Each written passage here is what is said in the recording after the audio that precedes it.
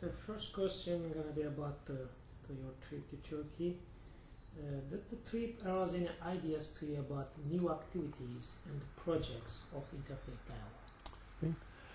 The opportunity that I had in December of 2004 to visit Turkey with a group here from Oklahoma and Texas and Louisiana was a wonderful experience.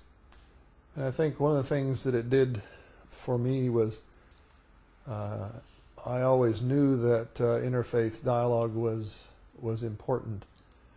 But I came to a much greater understanding, I think, and I still have a long way to go, but a much greater understanding of Islam and the powerful impact that it has on the lives of people who have surrendered themselves to Allah.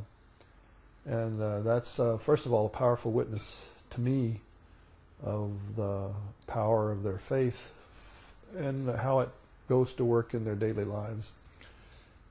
And it helped me to see once again that by learning more about another faith tradition, it also increases and deepens my own faith. And so it's renewed my efforts and my interests in encouraging, promoting, planning for, and doing whatever I can to engage in interfaith dialogical experiences and also to encourage others to do so.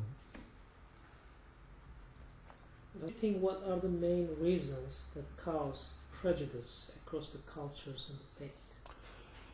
Well, I think one of the things is just plain fear. Fear of the other. People get themselves in situations where they're comfortable, or at least they try to be, and try to feel comfortable in their own circumstances, in their own surroundings, among their own people, in their own culture. And there's a fear that if they venture beyond that somehow it will adversely or negatively affect them. But in reality, the opposite happens, is that when one gets to understand someone that you've never had an association with, whether it's a person of another country, of another faith, of another culture, another race, another religion, one's life is enriched and strengthened. So I think fear of the other is one thing, and I think one of the things that's distressing to me is it seems to me that since September the 11th, 2001, that factor of fear has increased dramatically in the United States. And we don't have a reason to be afraid of other people just because they're other, because they're different. We need to be concerned about those who are violent, but that doesn't mean that everybody who's different than we are is that way. And so there's a lot, I think that, so some of it is fear, some of it is lack of knowledge, or it's just plain ignorance, if you will, about the life, the culture, the history, the experiences, and the religion, the faith of other people. And one of the problems I think we have in the United States is people want simple answers to complex questions. And so many of the issues that we have in the world today are very complex. And people are unwilling sometimes to explore things in depth. And so we have to do everything we can to encourage people to go deeper and not just to look at soundbite answers that they hear. All so-and-so people are like such and such. That's not the case at all. Some might be. Not all Americans are perfect either. Not all Christians are perfect. And so I think we have to recognize and understand that. The Institute of Interfaith Dialogue has been founded to promote dialogue and the cooperation among cultures and beliefs through direct first-hand experience. Do you think it is reaching its goals? And secondly, what would be your advice to improve these goals? Well, I think it's in many ways accomplishing its goals.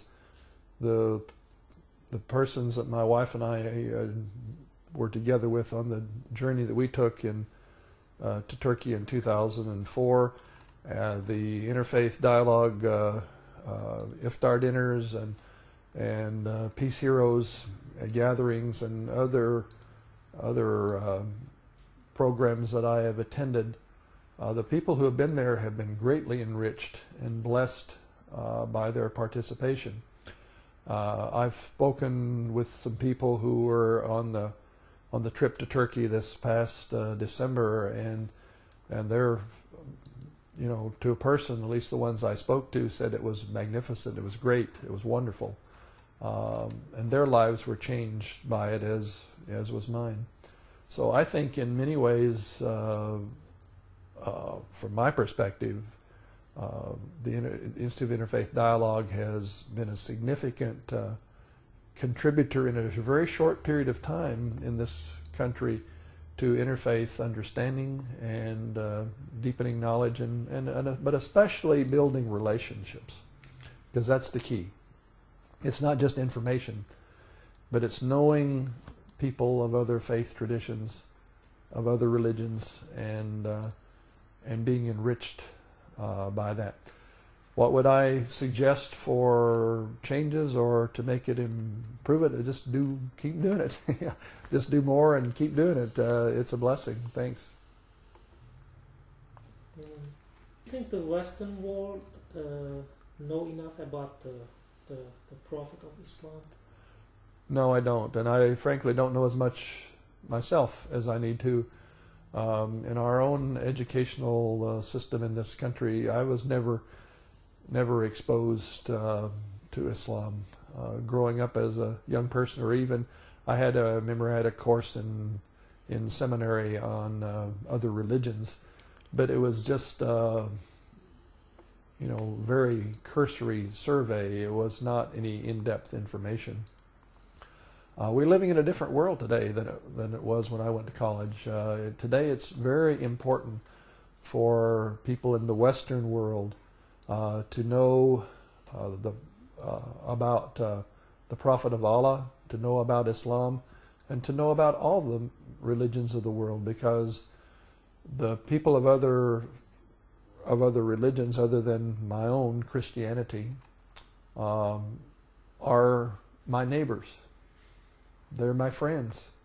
They're people that I see every day. They're not just living somewhere else in the world. Of course, our Christian faith teaches me that God loves the whole world, and that everyone is my neighbor. And so even that in itself behooves me and challenges me to know more. But I think we need to do much more in our churches to inform people, to bring in guests from Islam to speak in our churches, to help people to understand, and I think here again is one of the things that the Institute of Interfaith Dialogue has done, is greatly promoted that understanding among people who have participated. We just need to expand that as well.